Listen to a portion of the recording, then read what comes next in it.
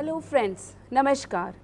मैं संगीता जोसेफ आज फिर एक बार आपके सामने इंग्लिश की वर्चुअल क्लासेस में आपके सामने हाजिर हैं। आज का जो हमारा विषय है वो बहुत ही रोचक और महत्वपूर्ण है।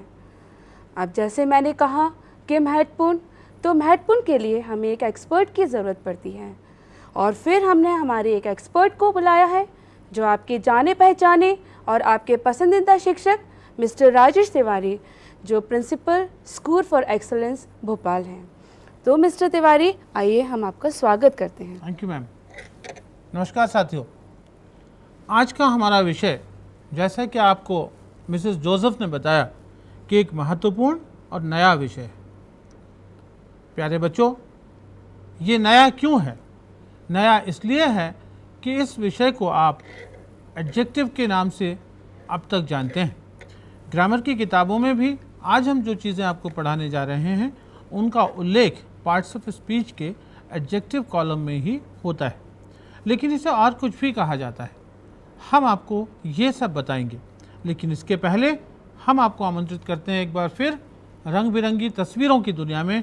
आइए स्क्रीन की तरफ चलते हैं। देखिए स्क्रीन पर एक तस्वीर, एक बड़ा लड़का, एक छोटा लड़का। मिस्टर तिवारी, ये तस्वीरें तो हम शायद रोज़ देख रहे हैं। देखिए संगीता जी, ऐसा है कि ये तस्वीरें हम रोज़ देख रहे हैं, यहाँ तक तो ठीक है जी। लेकिन अब बच्चे लगभग मुझे भी रोज़ ही देखते हैं जी, तो तस्वीरों से कोई बोर नहीं होता, एक बार व्यक्तियों से हो सकते हैं। तो हम यहाँ पर देख रहे हैं कि there is a tall boy जी, and a short boy, a fat man, a thin man, a young women, an old women, a high hill, a low हिल।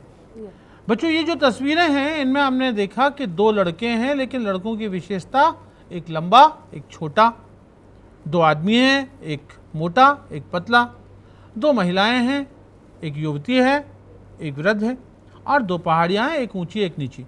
तो हमने देखा कि हमने इन वस्तुओं की या व्यक्तियों की विशेषता बतलाने के लिए जी, thick, thin, tall, short, fat, इस तरह के हमने विशेषणों का इस्तेमाल किया। बच्चों, एक चित्र और देखिए, यहाँ पर हमने उसी फैटमैन को लिया है। संगीता जी, अगर मैं आपसे पूछूं, जी, इस तस्वीर को फिर से देखिए। जी। इन तस्वीरों में आपको सबसे अच्छा कौन लग रहा है? मुझे तो इन तस्वीरों में सबसे अच्छा वो मोटा आदमी लग रहा है। फैटमैन ही लग रहा जी है। हाँ। अब इसका कारण क्या है ये तो बच्चे खुद समझ गए होंगे, लेकिन हम जो आपको दिखाना चाहते थे, ये जो फैटमैन है जी, इसको कुछ खास तरीके से हमने समझाने की कोशिश करेंगे। पहले सेंटेंस में देखिए, this is a fat man. यहां पर दिस क्या है? Demonstrative pronoun. Demonstrative pronoun. हमने बच्चों जब आपको प्रोनाउंस पढ़ाए थे तो हमने आपको समझाया था कि डेमोन्स्ट्रेशन में हम चीज़ों की तरफ संकेत करते हैं। जी। जैसे हम कहते हैं, इस आदमी की तरफ इशारा करके कहते हैं this is a fat man. जी। दूसरे सेंटेंस में संगीता जी हमने लिखा है the man has yellow shirt. The man has yellow shirt. इसमें जी, द आर्टिकल है और इसमें द ये आर्टिकल है। जी। आर्टिकल्स और कितने होते हैं? आर्टिकल्स ए और एन होते हैं, जिसमें हमारे बच्चों को प्रायः बहुत परेशानी होती है समझने में। तो ए, एन और द, तीन आर्टिकल्स होते हैं। जी, अब हमने यहाँ पर एक आर्टिकल लिया है द, जी, और द से हमने वही आदमी जी, जिसका हम जिक्र कर रहे हैं पहले, इसका मतलब क्या हुआ? The man has yellow shirt. जी, कौन सा आदमी? The fat man. ठीक है, जी, तो द से भी हमने इसको डिफाइन करने की कोशिश की है, इसको डेफिनेट करने की कोशिश की है। जी। फिर some other persons are also seen in the picture. यहाँ तो और मुझे कोई दिखाई नहीं देता है। देखिए हम आपको पीछे ले चलते हैं। जब हम पिक्चर की बात कर रहे हैं तो इस आदमी के पिक्चर की बात नहीं कर रहे हैं। अच्छा। देखिए यहाँ पर कितने सारे लोग दिखाई दे रहे हैं। जी, इस पिक्चर में तो दूसरे लोग भी दिखाई दे तो रहे हैं। ये सम अदर पर्सन्स हैं। फैट के अलावा जो दिख रहे हैं आपको 5 लोग, जी, एक थिन है, एक टॉल है, शॉर्ट है, यंग है और ओल्ड विमेन। जी, तो ये जो 5 लोग दिखाई दे रहे हैं, इनके लिए हमने क्या यूज किया है? दूसरे पेज पे देखिए, some other persons are also seen in the picture. जी। यहाँ पर लोगों की मात्रा हमने बताई, अच्छा। तो ये एडजेक्टिव्स ऑफ क्वांटिटी को हमने यूज किया। जी, और फिर हमने लिखा there are many persons in this picture. जी, राइट, उसी पिक्चर में हमने अगर संख्या के बारे में बात करें जी। तो मैनी Many पिक्चर्स लिख दिया कि ओके। बहुत सारे लोग हैं। जी, तो आपने देखा कि हमने यहाँ पे कुछ चीज़ों को रेड कलर से बोल्ड लेटर्स में दिखाने की कोशिश की। जी। This, the, some, many. जी। इससे आपको कुछ समझ में आ रहा है? जी हाँ, ये मेरे ख्याल से डिटर्मिनर्स हैं। डिटर्मिनर्स हैं। जी। आपने कैसे कह दिया कि ये डिटर्मिनर्स हैं? क्योंकि अभी हमने डिटर्मिनर्स की बात नहीं की, इसलिए कि ये डिटरमाइन कर रहे हैं, निर्धारण कर रहे हैं किसी चीज़ का, इसीलिए कहा ना। जी हाँ। चलिए तो हम आज अपने टॉपिक की ओर बढ़ते हैं। बच्चों, हमारा टॉपिक है डिटर्मिनर्स। तो हमारे डिटर्मिनर्स का मतलब क्या होता है संगीता जी? जी हाँ, जो डेमोन्स्ट्रेट करता है, जो डिटरमाइन करते हैं। डिटरमाइन करते हैं, संज्ञा शब्द के पहले आकर के ये उस संज्ञा शब्द की विशेषता बतलाने का काम ही करते हैं। इसका मतलब डिटर्मिनर्स भी एडजेक्टिव्स का ही काम करते हैं। अब डिटर्मिनर्स क्या होते हैं, एक बार हम लोग आगे बढ़ेंगे। Like adjectives, determiners also qualify the nouns that follows. जी। विशेषण की तरह ये निर्धारक कहते हैं इनको हम लोग, जो निर्धारण करते हैं। जी। डिटर्मिनर्स भी क्वालिफाई करते हैं, यानी विशेषता बतलाते हैं उस संज्ञा की जिसके पहले इनका इस्तेमाल किया जाता है। जैसे द बॉय, बॉय के पहले द आया तो वही लड़का। जी। लड़के की विशेषता बता दी कौन सा? वही लड़का। ठीक है। द फैट मैन, मोटा आदमी, उसके पहले आए तो वही मोटा आदमी, ऐसा हो जाएगा। जी हाँ। आगे चलेंगे हम लोग और देखेंगे कि डिटर्मिनर्स जो हमारे होते हैं वो कितने प्रकार के होते हैं। अच्छा। डिटर्मिनर्स 4 प्रकार के होते हैं। कितने प्रकार के होते हैं? 4 प्रकार के 4 होते हैं। प्रकार के हमारे होते हैं। बच्चों को नोट कर लेना चाहिए कि डिटर्मिनर्स जो हैं वो 4 प्रकार के होते हैं। पहला प्रकार है डेमोन्स्ट्रेटिव प्रोनाउंस। Demonstrative pronounce. आपको याद होगा हमने पहला एग्जाम्पल दिया था, this is a fat man. जी। तो वहां पर हमने दिस क्या था? डेमोन्स्ट्रेटिव प्रोनाउन था। जी। तो ये डेमोन्स्ट्रेशन जो होता है, डेमोन्स्ट्रेटिव प्रोनाउंस जो होते हैं, ये भी डिटर्मिनर्स कहलाते हैं। This, that, these, those. और बच्चे हमारे डेमोन्स्ट्रेटिव प्रोनाउन के बारे में पहले पढ़ चुके हैं। जी। ये एग्जाम्पल्स हमने उनके दिए। जी। और दूसरा प्रकार जो हमारा होता है वो होता है पॉजेसिव प्रोनाउंस का। ओके। बच्चों, जैसे मैं कहता हूँ दिस इज माई पेन, तो माई पेन में ये मेरा पेन है, जी। तो यहाँ पर पेन के ऊपर मेरा पोजीशन है। जी। She is my friend, my. ये मेरी मित्र हैं, तो इनके ऊपर मेरा पोजीशन है। जी। दिस इज माई क्लास, जी। ठीक है। They are my students. Okay. तो यहाँ पर हम लोग इस तरह से पॉजेसिव प्रोनाउंस का इस्तेमाल कर रहे होते हैं।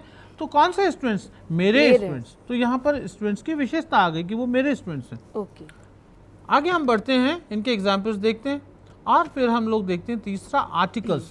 जैसा कि अभी हमने आपको बताया था, आर्टिकल्स हमारे 3 होते हैं, 2 प्रकार के होते हैं। ए और एन इंडेफिनिट होते हैं और द हमारे डेफिनेट आर्टिकल को कहा जाता है। मिस्टर तिवारी, हम चाहेंगे कि आप आर्टिकल्स के विषय में हमें और अच्छे से जानकारी दें, क्योंकि हमारे देखिए, बच्चों को थोड़ा सा हम आपकी बात से सहमत हैं कि आर्टिकल्स एक बहुत इंपॉर्टेंट टॉपिक है, लेकिन इसके लिए हमको पूरी एक क्लास की जरूरत होगी। तो बच्चों, आर्टिकल्स के बारे में हम अगली किसी कक्षा में आपको विस्तार से बताएंगे। अभी आपके लिए इतना समझना जरूरी है कि आर्टिकल्स भी डिटर्मिनर की श्रेणी में आते हैं। ठीक। और चौथा जो प्रकार होता है वहां पे एडजेक्टिव्स ऑफ क्वांटिटी, मात्रा बताने वाले, थोड़ा सा, ज्यादा, बहुत सारा, जरा सा, ये इस तरह के जो हिंदी के शब्द होते हैं ये मात्रा बताते हैं। और 1, 2, 10, 50, 100 ये सब संख्या बताते हैं। तो संख्या सूचक जिन्हें हम कहते हैं एडजेक्टिव्स ऑफ नंबर्स, और मात्रा सूचक एडजेक्टिव्स ऑफ क्वांटिटी, ये सब भी डिटर्मिनर्स की श्रेणी में आते हैं। देखिए कितनी बड़ी लिस्ट है।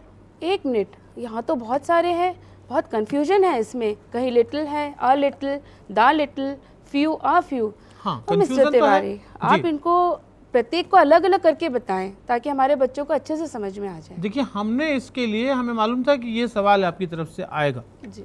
इसलिए बच्चों हमने इनको डिफरेंट कलर्स देने की कोशिश की है और हमने सम और एनी को एक साथ लिया है। अब हम एक एक करके आपको डिटर्मिनर्स के जो आपके एडजेक्टिव्स ऑफ क्वांटिटी होते हैं या एडजेक्टिव्स ऑफ नंबर होते हैं उनकी तरफ चलते हैं। ठीक है। और वस्तुतः हमारा जो टॉपिक है अब शुरू होता है। ओके। हमने सम का प्रयोग आपको दिखा रहे हैं, स्क्रीन पर देखिए। सम अर्थात कुछ। अब जब हम कहते हैं समथिंग तो कुछ, जी। समवन कोई, समबडी कोई, जी। समवेयर कहीं। तो ये आप देख रहे हैं कि ये आपका मात्रा बता रहा है, ठीक है जी। कैसे बताएगा, इसका यूज कैसे होगा? पहला है to express quantity in affirmative sentences. ये एफर्मेटिव सेंटेंसेस में ही क्वांटिटी बताता है, सकारात्मक वाक्यों में मात्रा बताने के काम आते हैं। जी। अब यहाँ पर हमारे बच्चों को ये सोचना पड़ेगा कि एफर्मेटिव सेंटेंसेस क्या होते हैं। इसलिए बच्चों इस स्लाइड से हम एक कदम आगे बढ़ते हैं और देखते हैं कि हमारे डिफरेंट टाइप्स ऑफ सेंटेंसेस क्या होते हैं। पहला आप देख रहे हैं, एफर्मेटिव सेंटेंस का मतलब होता है जिसमें सहमति का भाव होता है, सकारात्मक। जैसे वो खेल रहा है, मैं पढ़ा रहा हूँ, आप पढ़ रहे हैं, तो जहाँ पर नहीं ना आए वो अफर्मेटिव वो सेंटेंसेस अफर्मेटिव हो गया। हाँ। तो यहाँ पर राम स्कूल जा रहा जा है, रहा है। जाने में वो सहमत होगा तभी जा रहा है। जी और दूसरे होते हैं हमारे नेगेटिव सेंटेंसेस, नहीं, सीधा सीधा इनकार का भाव आता है उसमें। जी राम स्कूल नहीं जा रहा है, अच्छा। Ram is not going Not to going school. to तो बच्चों school। जहाँ पे नॉट जैसा भाव आता है वहां पर क्या होता है, Negative नकारात्मक होता है। sentences। तीसरा है इंटेरोगेटिव सेंटेंसेस, प्रश्नवाचक। जी क्या राम स्कूल जा रहा है, अच्छा क्या आप सुन रहे हैं, क्या मैं पढ़ा रहा हूँ, जी मैं क्यों पढ़ा रहा हूँ। तो ये सारे जो इस तरह के क्वेश्चंस जिसमें होते हैं वो इंटरोगेटिव्स Interrogative। होते हैं। कई बार क्वेश्चंस हमारे नकारात्मक भी होते हैं, जी आप ऐसा क्यों नहीं कर रहे हैं, तो इसमें क्यों भी आया और नहीं भी आया, तो इनको हम इंटेरोगेटिव नेगेटिव्स कहते हैं। जी तो बच्चे समझ गए होंगे कि एफर्मेटिव सेंटेंस से हमारा आशय उन सेंटेंसेस से है जिनमें हाँ वाली बात होती है, जी ना तो क्वेश्चन होता नहीं होता। इसलिए हम लोग वापस चलते हैं सम पर। जी सम का प्रयोग to express quantity in affirmative sentences, like I have some milk, I have some milk some milk, I have something in my pocket, you ठीक? have yeah I have something in my Yeah. pocket, I have somebody waiting, कोई मेरा इंतजार कर रहा है। तो इन सारे वाक्यों में हमने सकारात्मक बात की, तो सम, समथिंग, समबडी का हमने प्रयोग किया। दरवाजे पर किसी ने टक टक किया और हमने कहा समवन हैज कम, कोई आ गया, तो सब में सकारात्मक बात हुई। जी अब दूसरा देखेंगे हम कि सम is used in interrogative sentences while making polite request. अच्छा अगर हम लोग किसी से विनम्रता पूर्वक कोई निवेदन कर रहे हों जी तो कई बार ये इंट्रोगेटिव में भी आ जाता है सम। जी जैसे अगर हम कहें कि क्या आप मुझे कृपया कुछ देंगे, जी तो यहाँ पर आपने कृपया यूज किया है, जी तो हम कैसे सेंटेंस बनाते हैं, will you please help me जी by giving me something, something वो हमने इसमें ऐड नहीं किया है, अंडरस्टूड है। Will you please give me by giving something, क्या आप मुझे कुछ देकर मेरी मदद करेंगे। जी। तो ऐसे में हम लोग रिक्वेस्ट जब कर रहे होते हैं वहां भी समथिंग वगैरह आ जाता है। विल समवन हेल्प मी, जी क्या कोई मेरी मदद करेगा। और फिर कंडीशनल सेंटेंसेस होते हैं कुछ जिनमें शर्त लगी होती है, जी अगर कुछ हो तो थोड़ा सा मुझे दे मुझे दो, भी दे if there is something please give me. Please give तो यहाँ पे इफ क्या है, एक शर्त है, जी अगर है तभी तो देंगे। तो यहाँ पर भी सम का प्रयोग होता Yeah. है। इसके बिल्कुल उलट हमारा एनी चलता है। अच्छा एनी का अर्थ भी कुछ होता है, लेकिन अब ये एफर्मेटिव में नहीं जाता। जी बच्चों तो हमारे ये बच्चों को ये जान लेना चाहिए कि जो सम है वो अफर्मेटिव में यूज होता है और एनी जी। नेगेटिव। हाँ, तो सम है अफर्मेटिव में होता है और पोलाइट रिक्वेस्ट के टाइम क्वेश्चंस में भी होता है। जी एनी में देखिए to express quantity in negative sentences. अच्छा। बच्चों इसीलिए हमने आपको नेगेटिव सेंटेंसेस बताए थे। एक बार फिर देखिए, राम स्कूल नहीं जा रहा है, नेगेटिव माने नहीं जा रहा है। तो हम देखते हैं कि एनी किस तरह से आता है, I do not have any coffee, मेरे पास कोई कॉफी नहीं। नहीं है अब यहाँ पर ये नहीं कह सकते I do not have some coffee, जबकि सम और एनी का अर्थ एक ही है। जी लेकिन सम आएगा मेरे पास थोड़ी सी कॉफी कॉफी है, है। आई हैव सम वो कॉफी अफ- फॉर यू। जी और आई do not have any Any coffee coffee। For you, मतलब मेरे पास कोई नहीं है, मैं तो negative। एनी आएगा। जी आगे चलते हैं, use of any in interrogative and negative sentences. कुछ सेंटेंसेस जो सिर्फ इंट्रोगेटिव होते हैं या नेगेटिव होते हैं वहां भी आता है। जी। जैसे did you write any letter, क्या तुमने कोई पत्र लिखा। जी अब did you write some letter नहीं होता। I do not have anything, मेरे पास कुछ नहीं नहीं है। है। I do not have something भी नहीं नहीं होता, आता। क्योंकि हम बार बार ये रिपीट करा रहे हैं कि सम का प्रयोग सिर्फ एफर्मेटिव में जी। होता है। तो यहाँ पर ये सम और एनी हम लोग समाप्त करते हैं और चलते हैं आगे और देखते हैं कि ईच और एवरी क्या होता है। जी अब देखिए, ईच का अर्थ भी होता है प्रत्येक और एवरी का अर्थ भी प्रत्येक होता है। जी बच्चों, जब दोनों का ही अर्थ प्रत्येक होता है तो इनको अलग अलग प्रयोग कैसे किया जाता है ये वाकई में समझना ज़रूरी है। आप देखिए, each means one of the two things और one of any number exceeding two. Each का अर्थ होता है दो में से कोई एक या दो से अधिक में से कोई एक। Each of them had a pain in his hand. Them का अर्थ है बहुत सारे, देम ऑल है यहाँ पर, दो के लिए भी आ सकता है और दो से ज्यादा के लिए भी आ सकता है। तो हम कह रहे हैं each of them had a pain in his hand. ठीक है जी एक इस तरह से भी हम लोग कर सकते हैं कि दो पेन को मैं अपने दोनों हाथ में पकड़ लूं जी और फिर मैं कहूं each of my hand is occupied with a pen.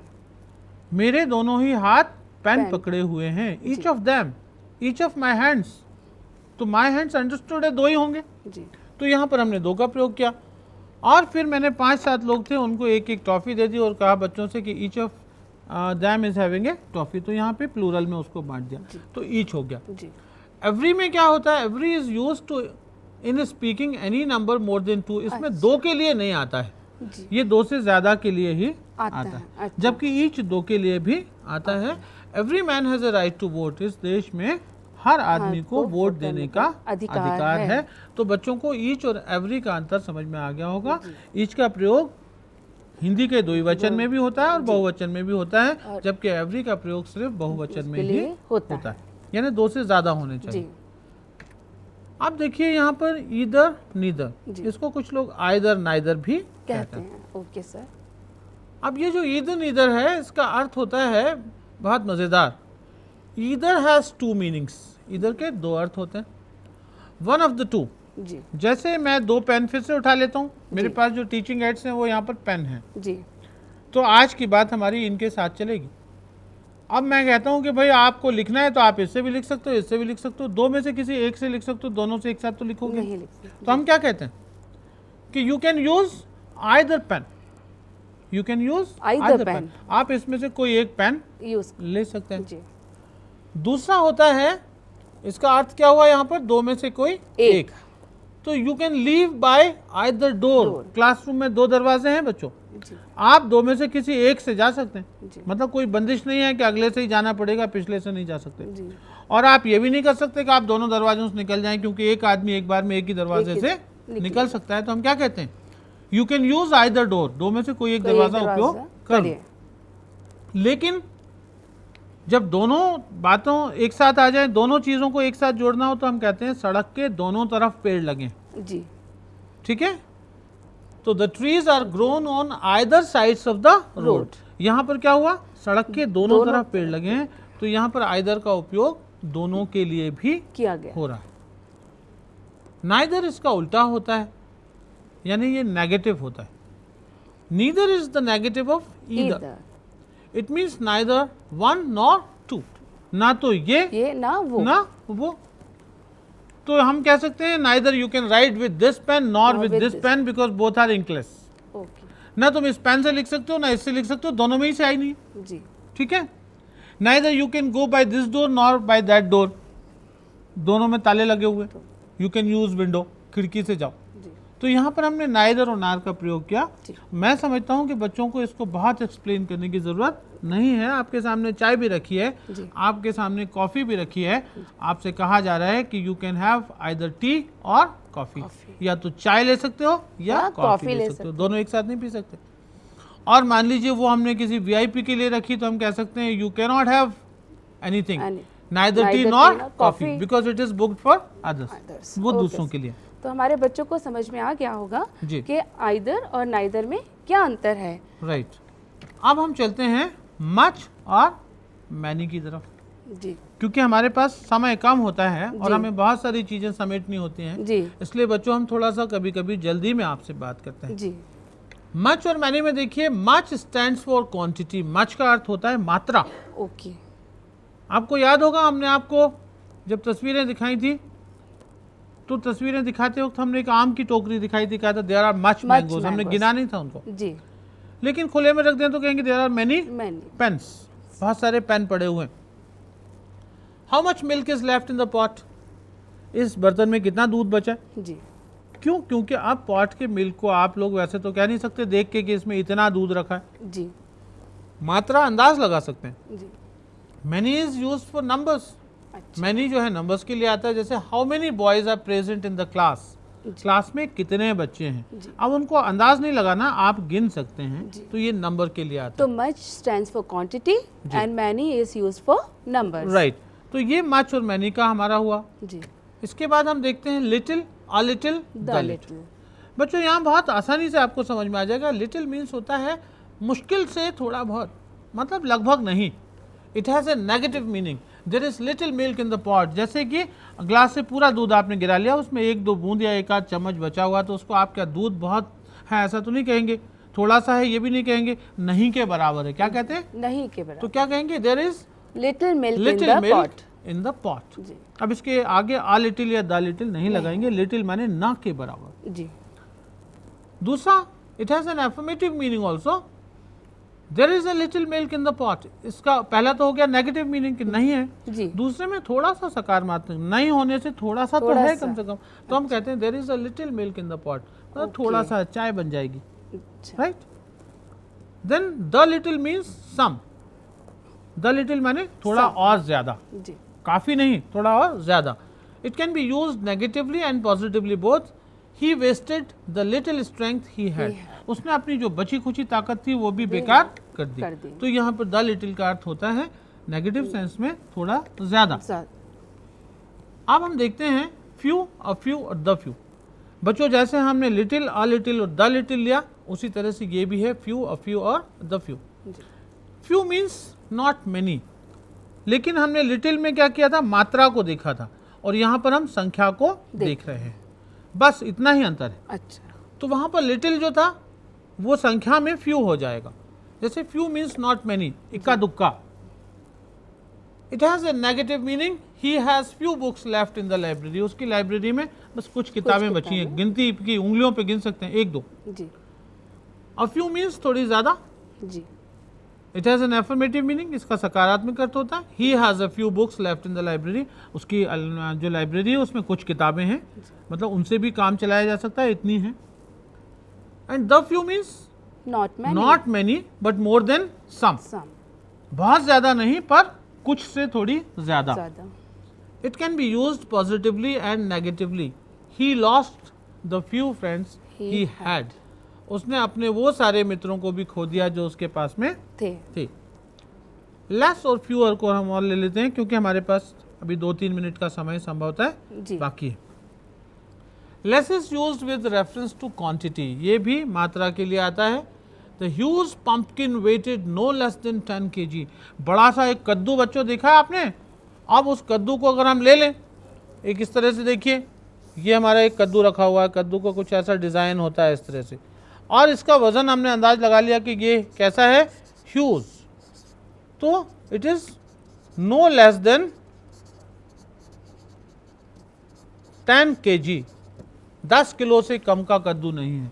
तो यहाँ पर हम शुरू करते हैं, आज लेते हैं क्या, नो लेस देन 10 kg। और फ्यूअर जो होता है वो नंबर के सिलसिले में आता है।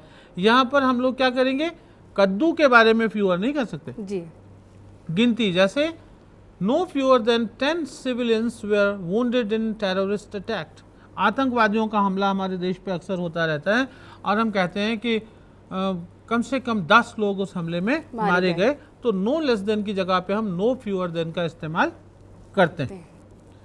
बच्चों ये हमारी जो आपसे हम बात कर रहे थे, तो इसमें हमने आपको बताया कि किस तरह से एडजेक्टिव्स होते हैं। एडजेक्टिव्स को ही हम लोग डिटरमिनर्स भी कह सकते हैं, लेकिन उसकी एक सीमा है कि उसमें सिर्फ एडजेक्टिव्स ऑफ नंबर्स आते हैं, एडजेक्टिव्स ऑफ क्वांटिटी आते हैं, और फिर आर्टिकल्स भी उसमें शामिल हो जाते हैं, और डेमोन्स्ट्रेटिव प्रोनाउंस भी उसमें शामिल हो जाते हैं। हमने बच्चों को इसके बाद में बताया था कि किस तरह से ये मोटा आदमी जो है, हमने जब पॉइंट आउट किया दिस फैट मैन, तो ये डेमोन्स्ट्रेटिव प्रोनाउन था। जब हमने the man has yellow shirt, तो वही मोटा आदमी कह के हमने उसको डेफिनेट आर्टिकल द से क्वालिफाई किया था। फिर some other persons are also seen, तो हमने पिछले पिक्चर को दिखाया था कि इस तस्वीर में मोटे आदमी के अलावा भी कुछ लोग दिखाई दे रहे हैं, और हमने सम का इस्तेमाल किया था। इसके बाद हमने many persons in this picture करके मैनी एक नंबर वाले एडजेक्टिव का इस्तेमाल किया था। और इसके बाद में हमने बच्चों को एक एक करके some, any, much, many, either, neither, इस तरह के प्रयोग बताए। धन्यवाद मिस्टर तिवारी, आपने बहुत ही अच्छे से हमारे बच्चों को ये जानकारी दी, जो कि एक बहुत ही इम्पोर्टेंट विषय था, और आपने इतने सरलता से हमारे बच्चों को बताया, इसके लिए हम आपको धन्यवाद देते हैं। और मैं समझता हूँ कि अब हम धन्यवाद करते हैं अपने स्टूडियो के साथियों का, और आपका भी, और इसी के साथ अपने बच्चों का। कल फिर मिलते हैं नमस्कार, जय हिंद।